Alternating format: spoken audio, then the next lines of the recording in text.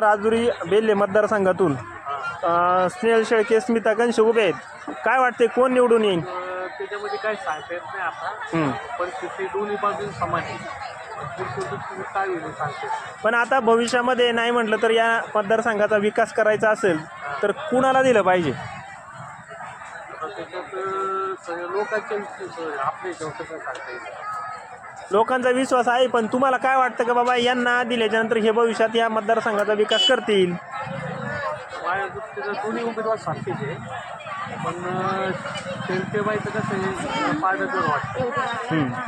शेळकेबाईचं पारडर कधी पण दोन्ही समान वाटतं. बघ एकदा भरोसा नाही की कोणी त्याचा काही निर्णय आत्ता सांगता येत नाही.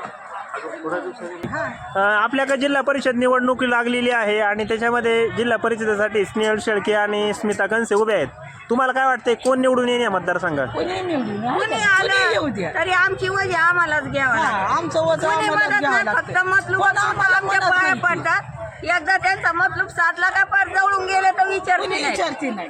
हा काय तुम्ही पाहून काम करतात ती काम होती नाही का तुम्हाला? काम होतीच नाही ना. काय अनुभव? आम्ही कुठली तक्रार घेऊन गेले ते आमच्या फोन येते सुद्धा नाही बघायला बाजारात काय तक्रार आहे म्हणून. काय तुमच्याकडे दुर्लक्ष होतं? मग होतच आहे.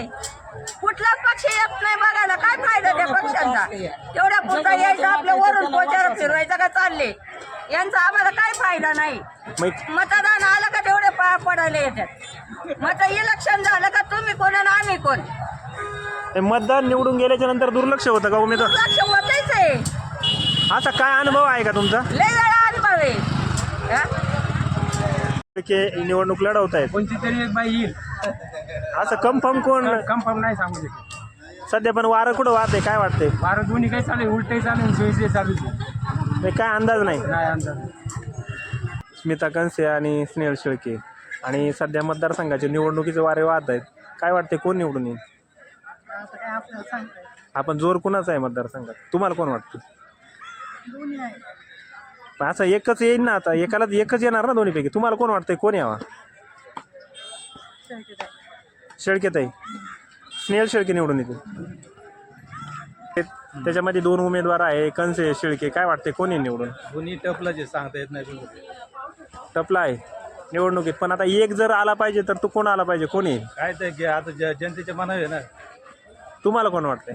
तसं काही सांगता येत नाही. नाही सांगता. हा थोड्याफार फार का होईल. किती मतावर निवडणूक होईल?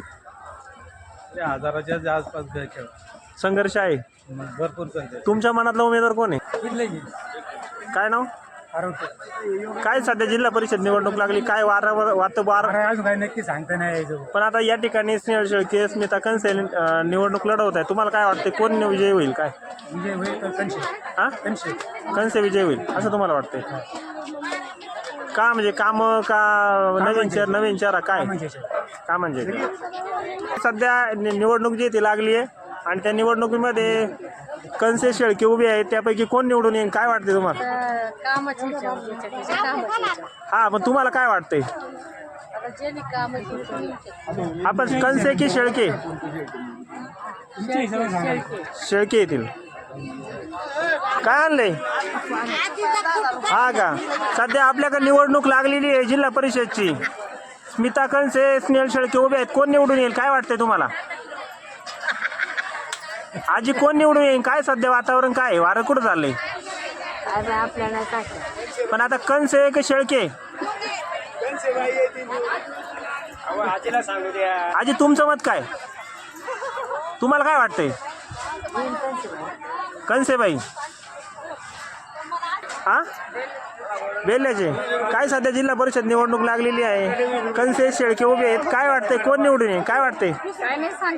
दोघी पैकी कोण येऊ शकतं? स्नेहल शेळके की स्मिता कंशे? तुम्हाला काय वाटतंय? पण अंदाज तुम्हाला असेल ना का बाबा आपलं मत कुठं दिलं पाहिजे काय? मंगरुळ. काय नाव? नवले. सध्या जिल्हा परिषदची निवडणूक लागलेली आहे. स्मिता कंशे स्नेहल शेळके उभे आहेत. कोण निवडून येईल? वेळेला बघू आपण. साध्य नाही. पण सध्या तरी मतदार म्हणून नाही सांगते. काय सध्या निवडणूक लागली जी तिची कोण निवडून येईल? निवडून हा त्याचं काय सांगा दोन्ही माणसं सारखेच आहे.